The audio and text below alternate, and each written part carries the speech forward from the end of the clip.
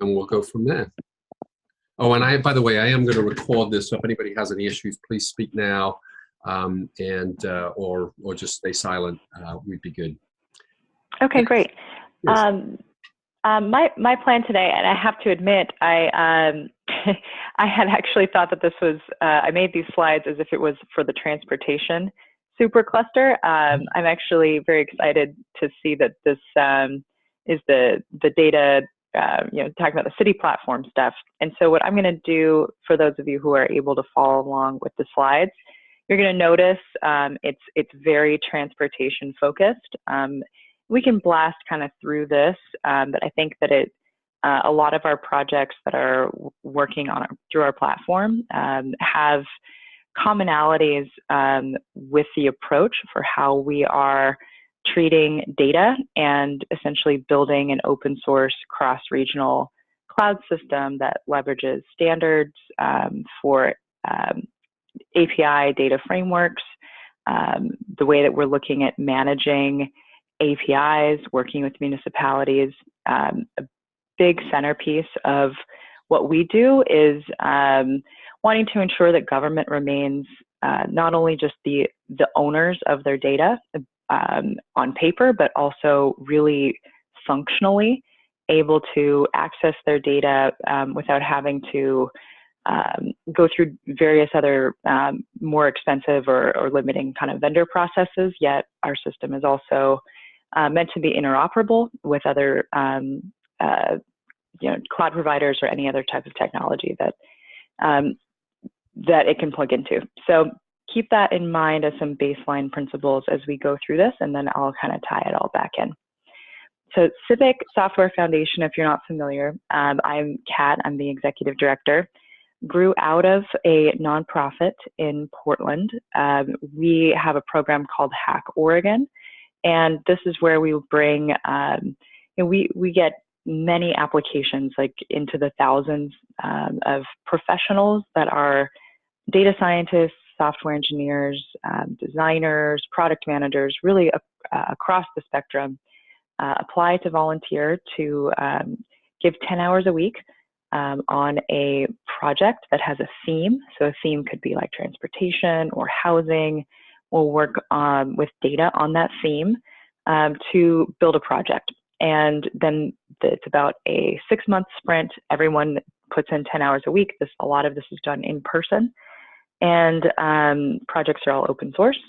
And we have partnerships with domain experts, industry partners, and especially government and local municipalities within Oregon, depending on the stakeholder set for that theme. And Hack Oregon is going into its 6th year, but recently we've expanded to become the Civic Software Foundation, as we're realizing that after years of doing a build cycle, which results in standalone software applications, a few years ago we started realizing that it would be really great if we could have a more continuous development environment. We needed to handle security in a more, I guess, like really starting to take that seriously, working with city data that we expect can be part of infrastructure and lead to other applications. And we also had been rebuilding our visualizations season over season. And we thought, can we streamline all of this into a code base and really our own cloud that is managed with a lot of these things that we build from scratch for every single project? Can we publish them all with these standards? And it's been really working for us in terms of Hack Oregon's work. This program is very much still active in Portland, and they build all of their projects on the Civic platform. And our next demo day is coming up in August. And after that, the Civic platform should be ready for national development for other regions. So here's a little bit of insight as to what the transportation team is doing this year. And I think that it could help paint a narrative for other things that how we're looking at data platforms. Which slide are you on? Just keep me up to date. So I'm just going to click through from the first slide where it has the picture, and it says Civic, built by Hack Oregon. That's just the intro. slide and then click one more, and you'll see just a simple mission, making public information, public knowledge. The Civic Software Foundation is a nonprofit, and getting all of this information that exists within the civic space, as we know, oftentimes isn't always useful, and it takes quite a lot of work to be able to take that type of data or information and make it into actual knowledge. So this is like a vision statement around what the transportation team is doing leading up to the demo day in August. And if you're on that slide, you could just click forward from the mission into this vision. For those of you who are not on the screen, I'll read it.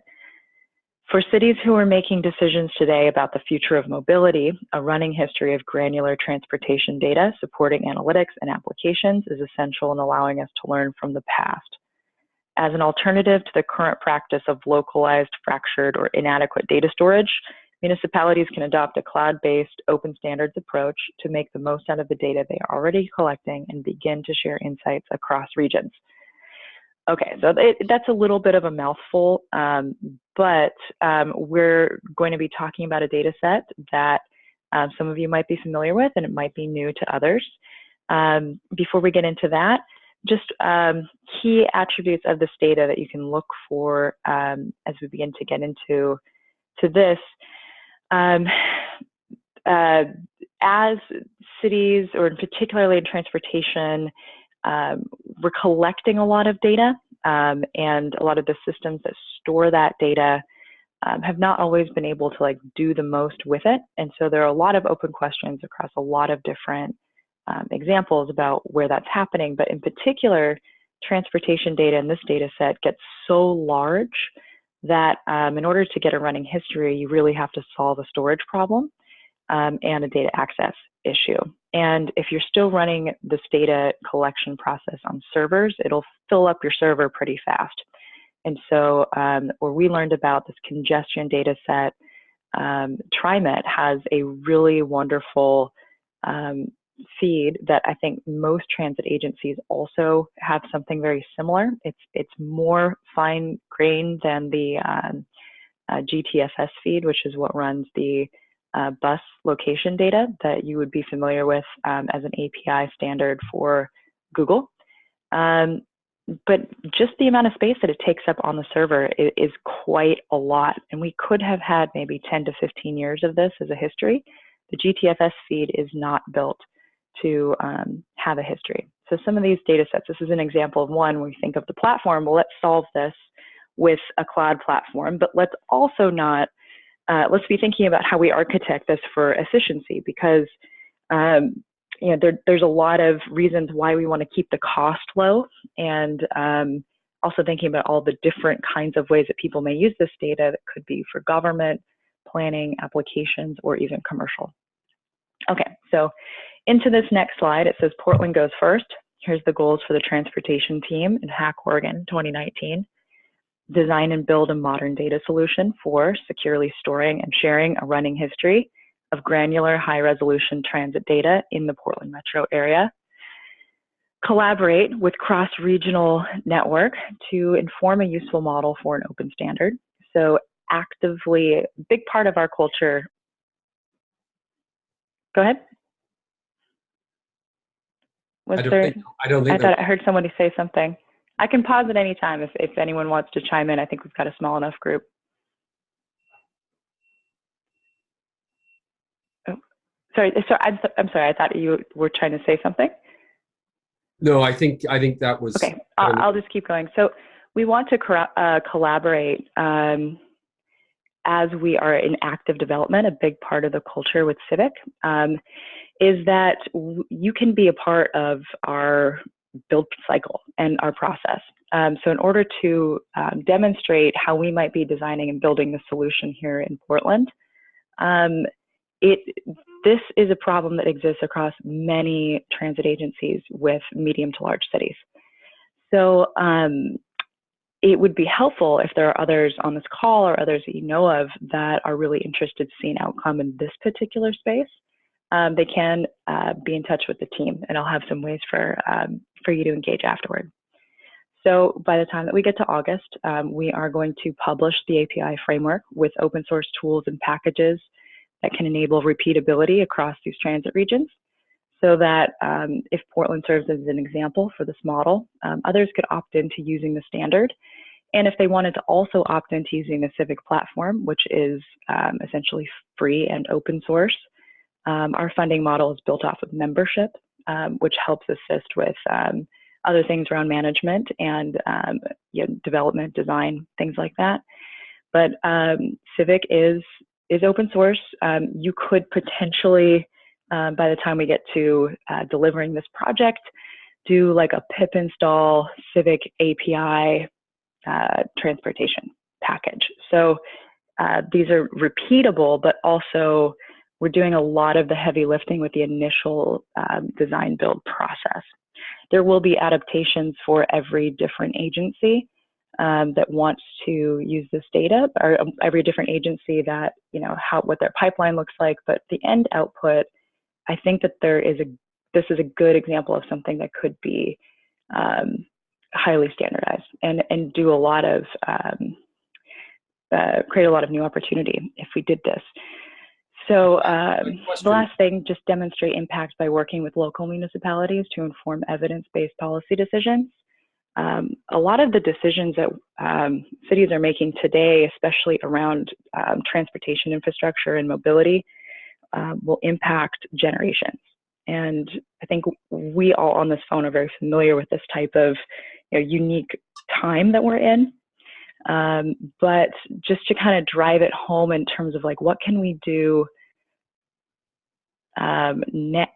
now that can show we will need to, this data will get better with another decade that we have to collect it. And unfortunately, oh, sorry, I don't know, maybe someone thinks they're on mute, but Are you picking something up? I can hear someone talking to Sabrina. Okay. Let me see if I can mute that. Which one? Who are you? So I'm gonna mute everything except for Kat right now. So sorry, I think. Is there somebody? Hello. Kat, can you hear me? Sorry, is there anyone else who can hear? If there's somebody on the line who's talking to Sabrina, maybe mute your sound. Okay. So this data will get better the longer that we have to be able to capture the history. But in the immediate term, even getting several months to a year, of this data can show us things that we haven't seen before that can impact some of the planning investment decisions that are being made. And this is also a really good time for Portland to be able to make use of this data. Let's see. So if you click forward 2 slides, it says, what is TOAD? And let me actually, it could be something.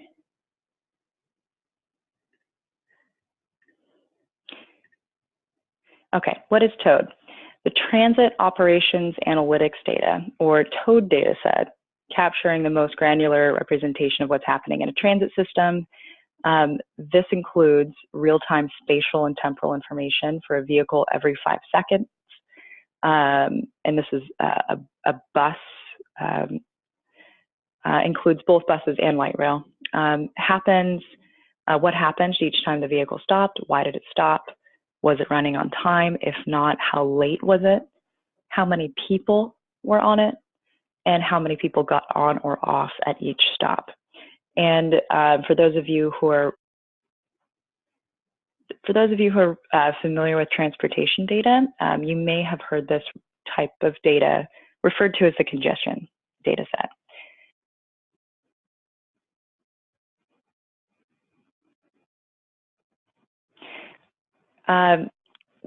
So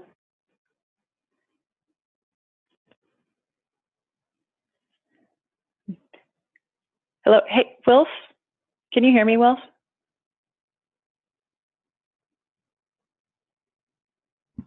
Wilf? This is John. I can hear you. Oh.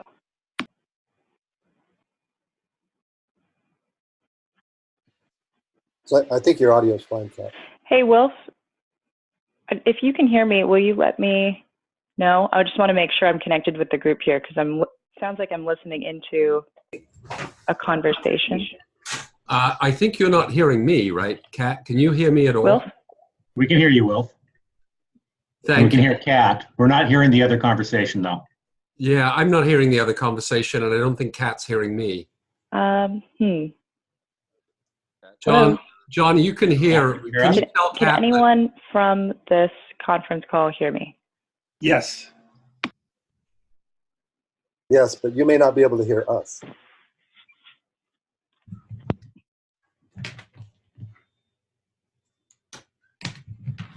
I think she just dropped off. Let's see if she can rejoin us. There did seem to be a disconnect there. Yeah, it sounds like her cell phone may have had crosstalk on it. Yeah, I think it did. I could not hear the crosstalk she was talking about. Nor could I. But I think she said that it was landline. Ah. Oh, that old tech. I'm gonna go quiet for a second and see if I can get her on cell.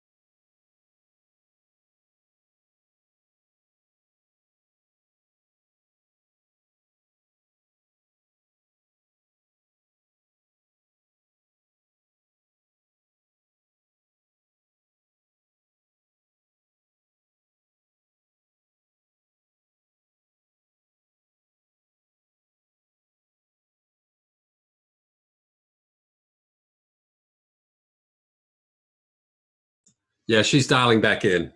She could hear crosstalk on her line, but yeah, I certainly couldn't hear it. Yeah, I think there may be a landline problem. Soklu's not able to be heard either. Oh, is that so? I had muted when she was having trouble hearing. I muted everybody, so he may have been having trouble unmuting himself. I see Soklu's dialing back in. Yeah. Hi, sir. Were you able to hear me? I wasn't. I said a lot of things, and nobody seems to be able to hear me. No, we didn't hear you. There seems to be some strange thing going on with the bridge that was cutting out. Kat's going to dial right back in, but she was hearing crosstalk on her line. So something. Yeah, I know. Something was strange with the lines. Hi, everyone. Can you hear me now? Yes, we can hear you now. Can you hear us? Oh, yes. Oh, I'm so sorry for the confusion. I was actually listening to somebody's very private conversation about credit card information. I don't know how. Somehow I think Zoom must have crossed wires, or I can't understand, but I couldn't hear any of you. So thanks. Let's try this again.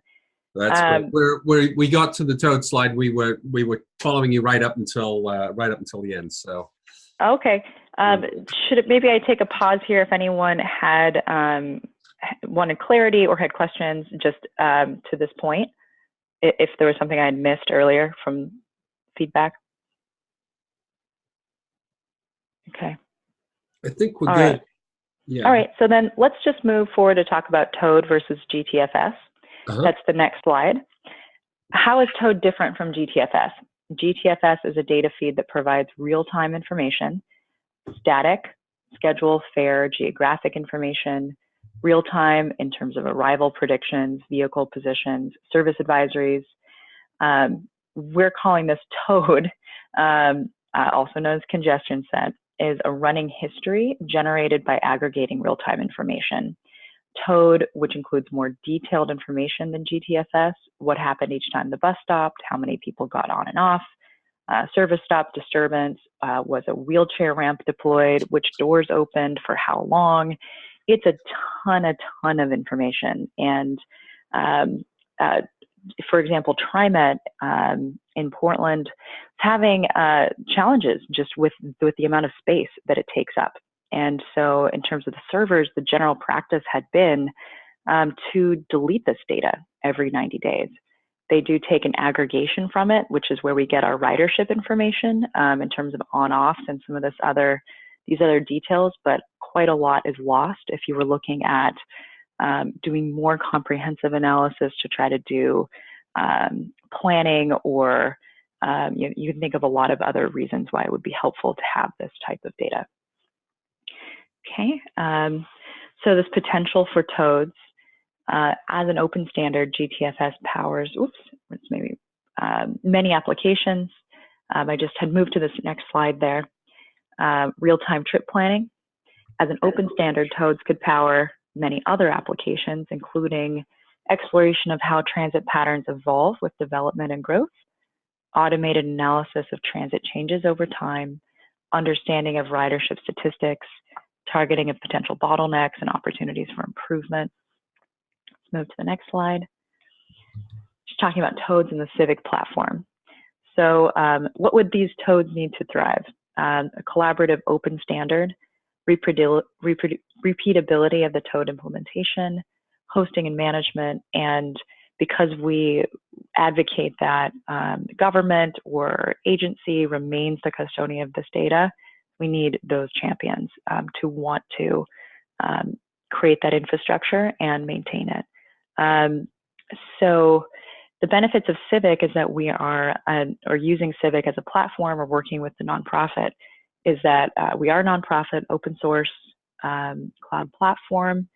We can facilitate implementation, hosting, and management, analytic models for cross-regional analysis. Those can also be published alongside the open API infrastructure, so we can make more repeatable analysis and then share insights, especially as more people are running the same standard. And we've packaged up some really beautiful visualization tools to make it so that you don't have to completely start from scratch when you're building your visualizations. It's not like Tableau in that you just load something up. It's still very much an engineering-based tool, but if you have that threshold of being able to get either front-end engineers or working with the open source community, it can really be more powerful in terms of what you can do with these visualizations. Can I dig in a little bit on the, on the mechanisms of the storage? Because do you see the way that Civic would work here as being just a single, completely open data repository, or would you see different permissions being provided for, different permissions? You would. So TriMet people would access more data than the public, and there may be other contractors who could access different. Yeah. If you think of this as well with one thing, because there is some of the GTFS data, for example, like you could just, or maybe this is not the best example, but if this was to be commercialized first, so if TriMet were to say, oh, well, some other private company were to come along and do all of this for them and then sell it back as a service, that is one potential future for how this kind of data does get out there and become useful. We've seen this in other sorts of areas, and there are companies that do really well by kind of siphoning out data in the public domain, packaging up into an API, and then selling it back to cities or other types of commercial applications. In this case, I think that there is some commercial interest that we're still exploring and wanting to fully understand, like who would be interested in this data. But the biggest stakeholder are definitely the agencies themselves. I mean, it's TriMet and it's Metro and probably City of Portland, people who are running transit systems and building transit systems of the future. So I would imagine that creating an access structure that makes sense for like a gov to gov sharing, or even between other cities, is the primary. And then thinking about research or other types of consultancies that can also get in to use this for innovative purposes. It will all be permissioned, and this data set doesn't represent extreme security concerns, but other data sets do. And so we would apply the types of frameworks like the NIST cybersecurity framework to assessing really like how we should be handling every single data set on the platform. And in addition to that, I think that it will matter municipality by municipality what they want to do, because of course when the data does get used, if there are applications that are built on top of it, it drives up their cost for just hosting and managing the data. So not all APIs are necessarily the same, even if they're all running on the standard. It depends on how heavily they're used. No, that's great.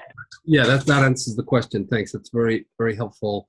The other question is around whether you would see multiple civic data sets, or whether you would expect people to converge on to some centralized. And what I mean by that is there are obviously data sets around TriMet. I could imagine there being data sets around Bike Town, the bicycle rental systems or the scooter systems, or in the future various kinds of car share.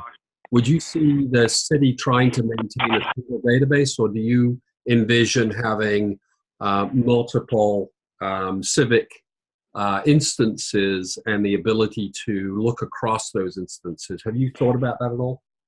Oh yeah, we're actively doing that now. I mean, Civic is probably currently the largest cloud data resource for Oregon data, and many of our APIs are linked and have the opportunity to provide analysis or do visualizations. We have not been highly publicizing trying to make our APIs ready for like applications until our build cycle this year will have several examples of that. So if I would have been thinking about creating these slides, not so much for a transportation audience, but for just thinking about city platforms,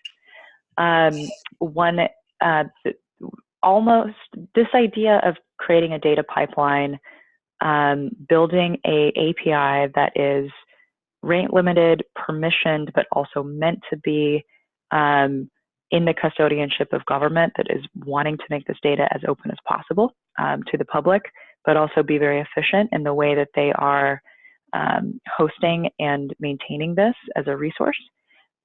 It works for so many different kinds of data sets. A lot of data is similar, county to county, especially when we look at Oregon. We are working with Multnomah County to anchor a standards project for several key focus areas. One of them might include ballot standards.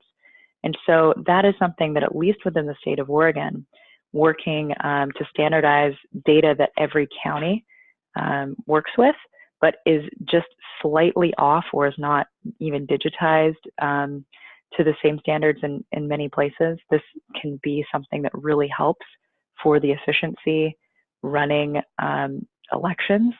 And I think that there are examples just everywhere you look of data that should be an API.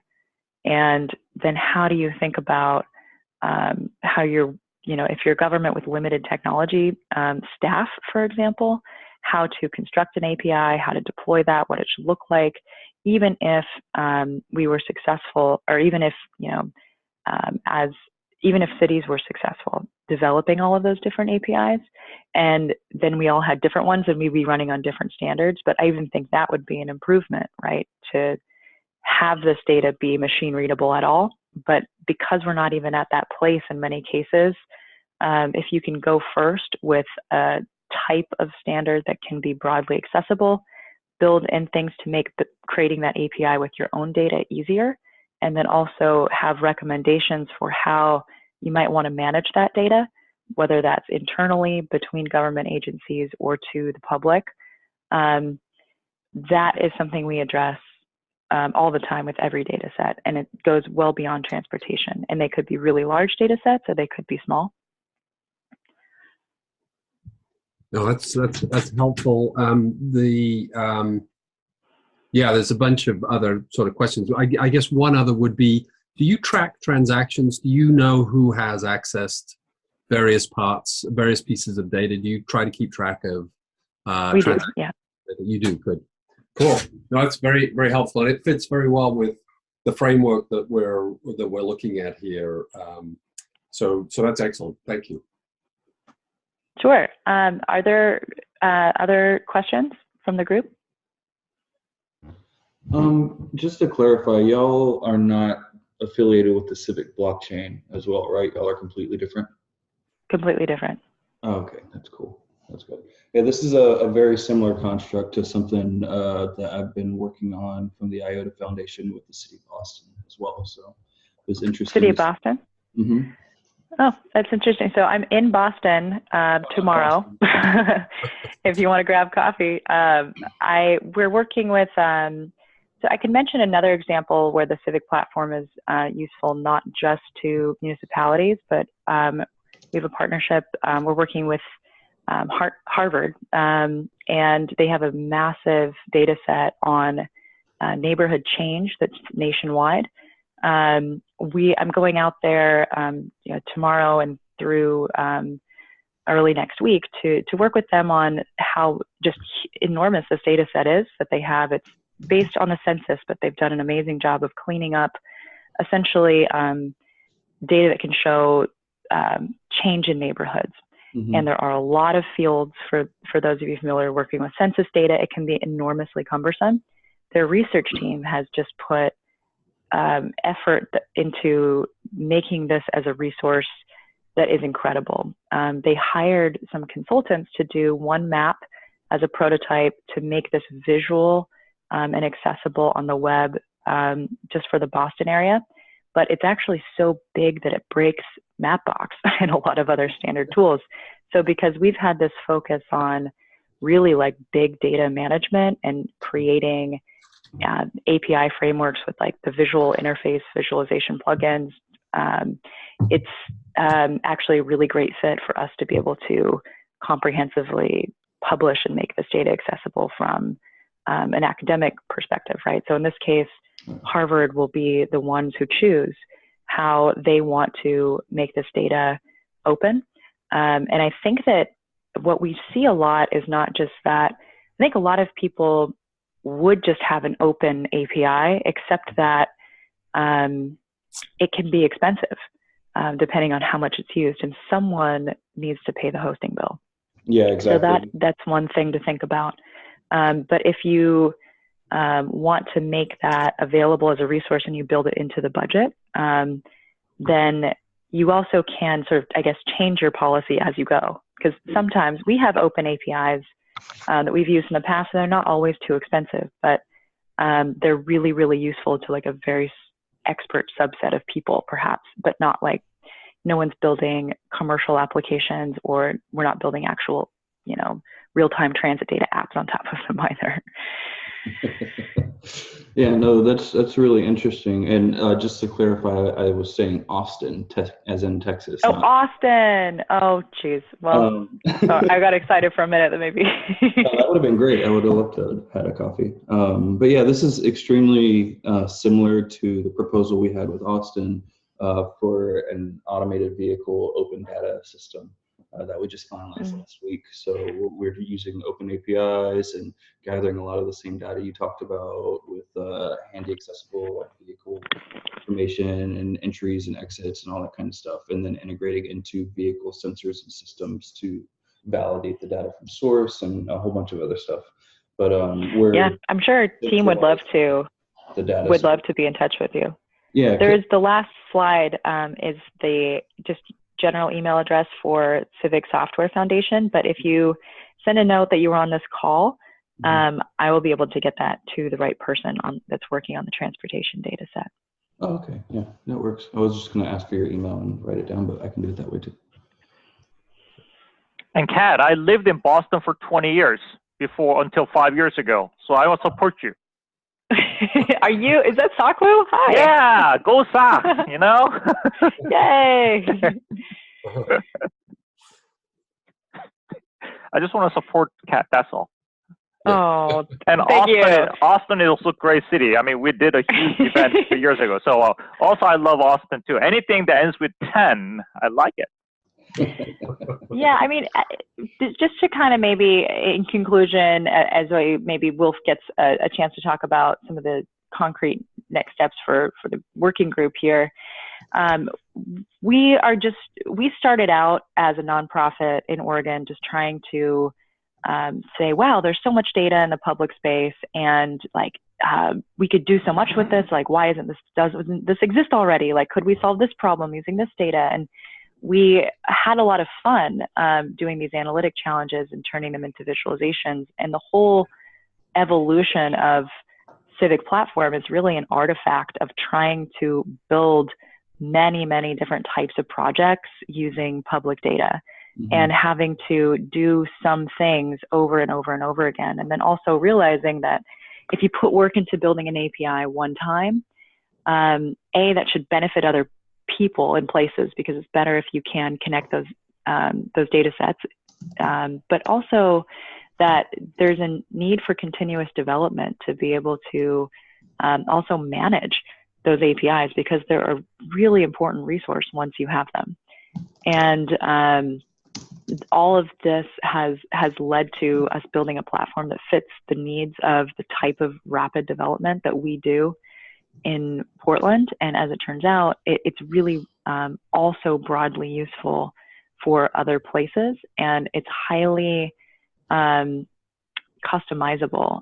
As much as like, we don't want to tell anyone to do like really what to do on the platform, but at the same time, we really want to advocate for use of standards when it comes to the source. So feel free to use that email address and be in touch for any project that you think that this could be a fit for, especially if it has anything to do with transportation or housing or any of our other focus areas that you could see on the website. Well, thank you very much for the time from the group today. And maybe Wilf, I'll pass it back over to you. Yeah, thanks, Kat. That was really helpful. Any more questions for Kat? Let me see if I can. So what I wanted to do in the last few minutes here, let me see if I can bring up another slide. Not quite sure how to switch over here. Yep, there we go. Okay, I'll need to share that.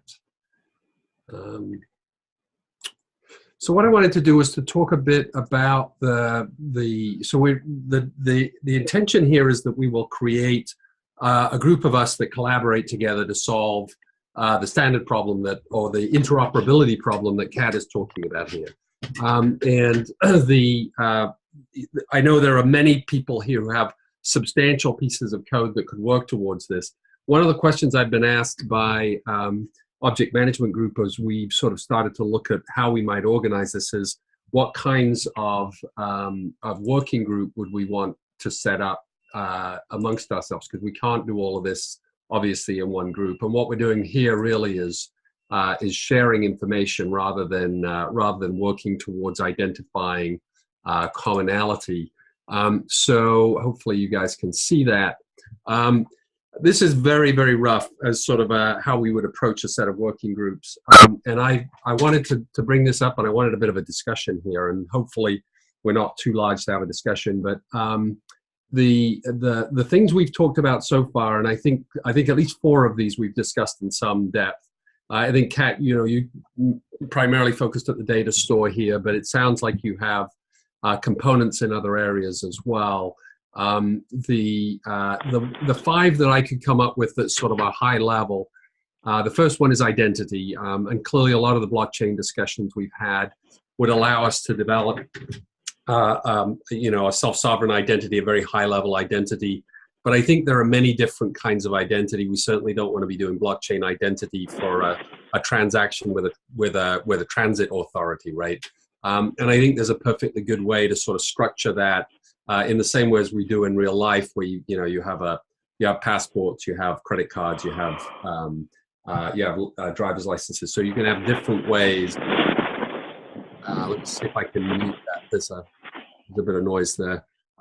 That there are different ways in which you can structure identity. So there could be a working group that goes off and looks generally at identity, how we would structure it, what the APIs are, how an application could discover the identity of an individual, and be assured that that identity was firm. The second one was a transaction record. How do we ensure that that transactions are logged in a way that they can be referred to on a legal basis? And again, I think we could have levels of security for this. A 25-cent transaction to get on a transit system or electric bike is not the same as a land transaction, taking some purchasing a house or even renting an apartment. So there would be different levels of transaction registration that have different weight socially. Service discovery, where are these services? This we haven't really talked about yet. And Kat, I'm not sure that you've looked at this, but it would be interesting to have a discussion if anybody's got good ideas as to who has a service discovery infrastructure. I'm pretty sure that there's a good one in some of the Eclipse work. I know their IoT framework has pluggable services, and I think we could probably learn or benefit from that. If anybody here, I know several people I can ask to do a presentation on that, and we'll go about doing that. Some sort of contract, in other words, who has what permissions on what data and to use it in which way. And we've talked about this again, digital contracts through the blockchain infrastructure are good here. And again, I think the complexity of these is yet to be defined. So I'm thinking all 5 of these are working groups. So my first question is, does anybody have an issue with any of these? And the second question is, are there others I should be listing here? I suspect the answer is yes to both of those, but let me open it up to discussion.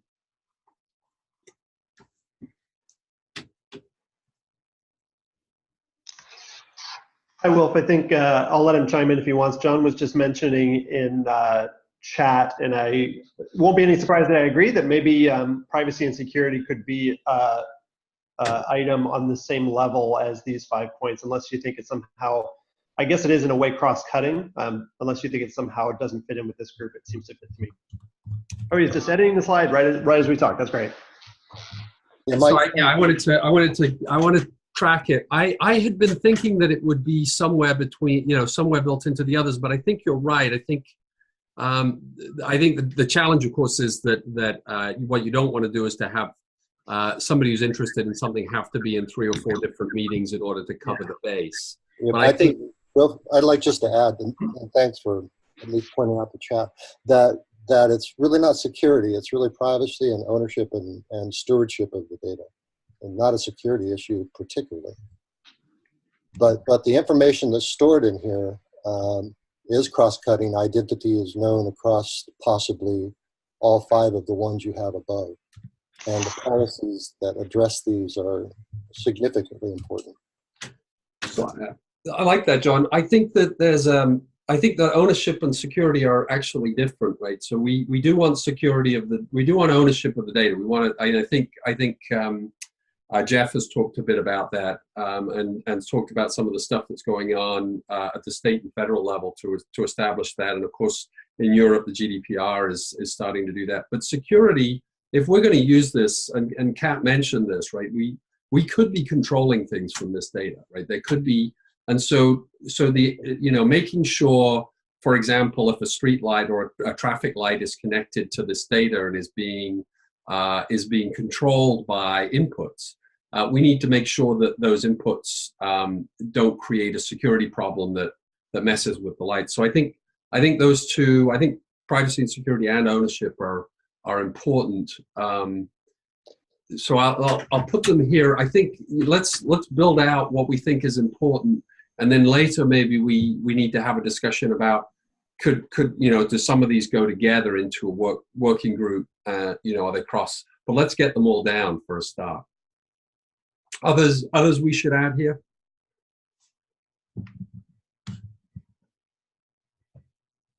How do people feel about the? Sorry, go ahead. Is there one? I was just going to say that I like the idea of including stewardship with the ownership bullet.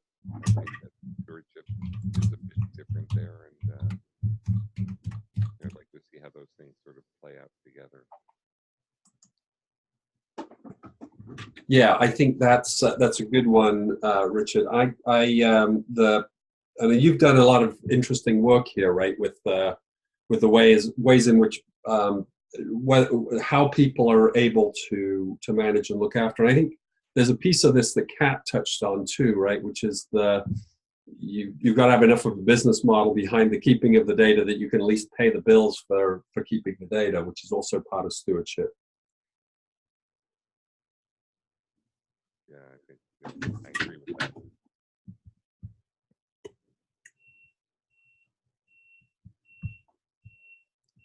Other issues here? Oh, well, I wanted to just put something out there as like a creative thought too for whoever moves forward in this working group, which I'm happy to participate as well. The financial model can also be improved at scale. And so I think that when we talk about the idea of like maybe data collectives or a number of different areas that want to run the same API standard, and that the access, or if there's a charge, can be managed collectively. So if you're thinking about getting transportation data that comes from Portland and Seattle and Vancouver, that could all be sort of something that's a management layer on top of people all pitching in. So that's another way to think about it. It doesn't all have to be one-offs. So the other side of manageability is how do you manage the connectivity between the devices and these data sets? Because these things, I mean, as you add IoT devices, as you swap out, change IoT devices, as you do other things, I mean, it's a dynamic environment, and we got to think about how do you manage the connectivity in a way that fits. Mm-hmm. Yeah, I agree with that. Is there a working group behind that? I mean, I'm hoping here to lean heavily for that kind of thing on work that's already been done in the Industrial Internet Consortium and in a number of the IoT areas as to how we how we do that kind of pluggability. I think. Is that fair, or is there real work that we have to do here that's separate from that for the smart city?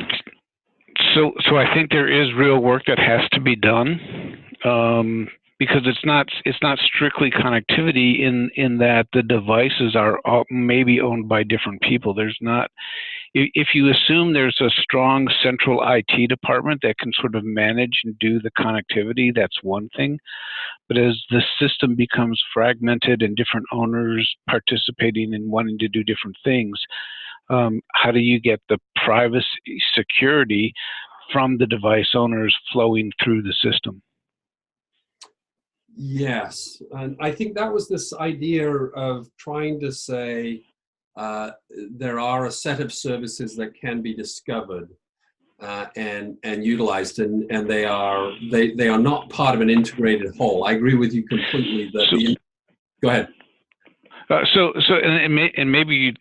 But when you were saying sort of service discovery, I was thinking you were talking about at the data layer, so you can discover what data is in the repository, which could be, and I don't know how this is going to go, but that could be different from discovering where the IoT devices are and how do you link those things together. Or maybe you meant the same to cover both topics with one point. So I think they're very different issues. So that's a good topic that probably should be dealt with here. I think data resources could be could be merged. I think that could be merged. In other words, a device that's providing data can be represented by its data set and by the permissions associated with that data set. So, a camera on a street lamp is generating data.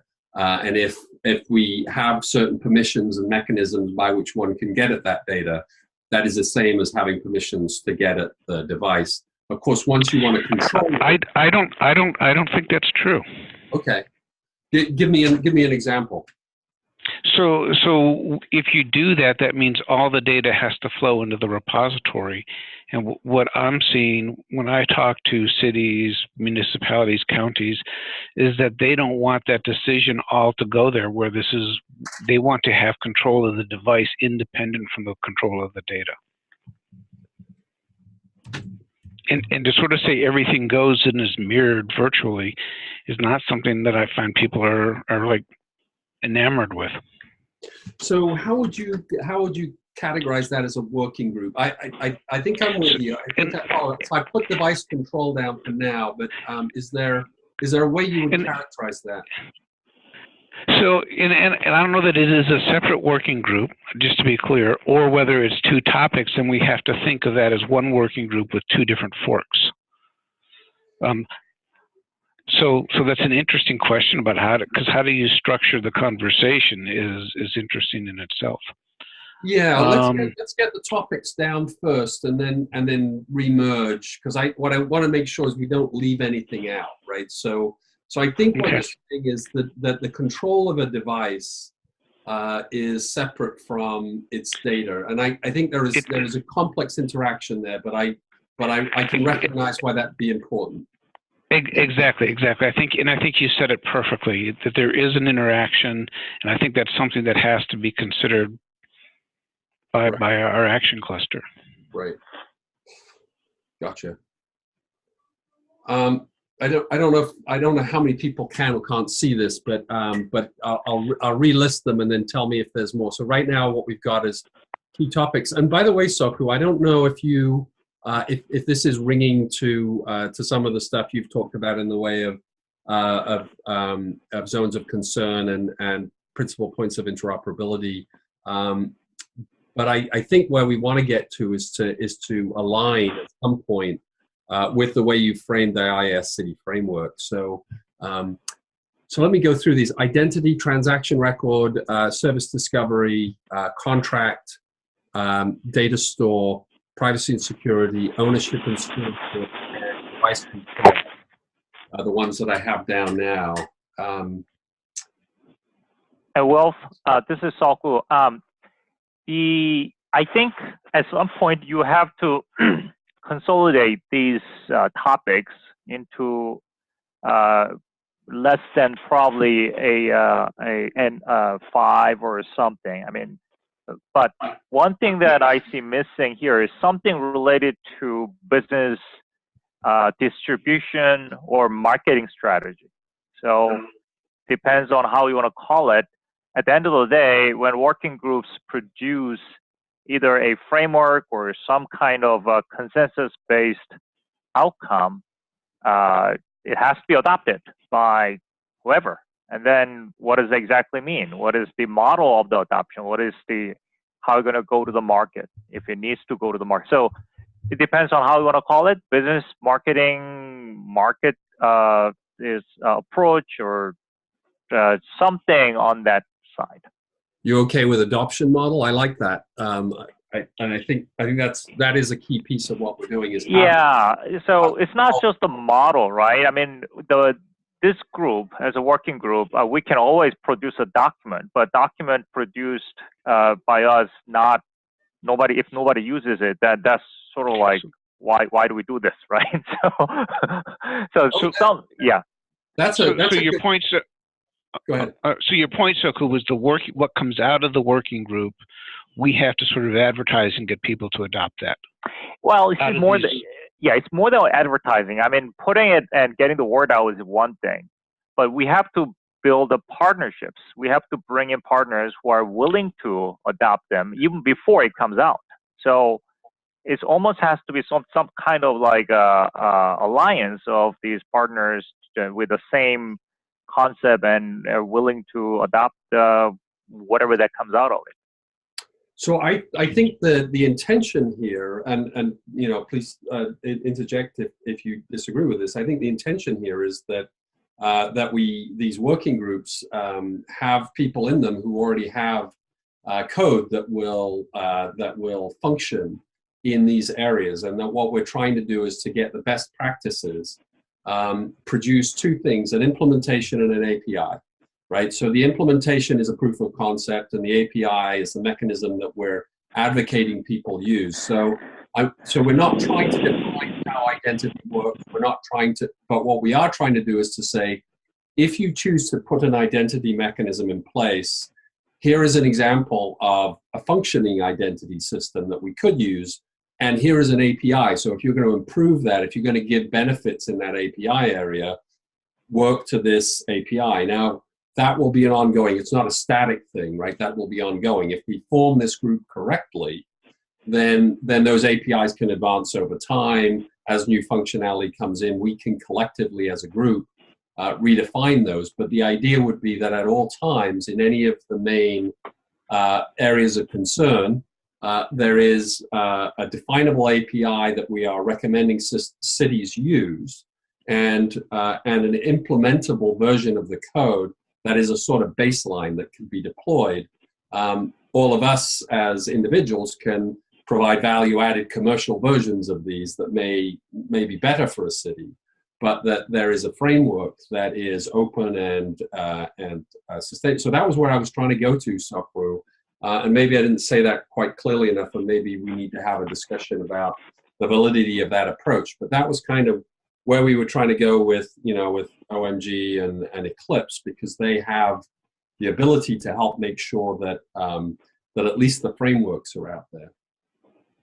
Does that make sense to you, Sokru?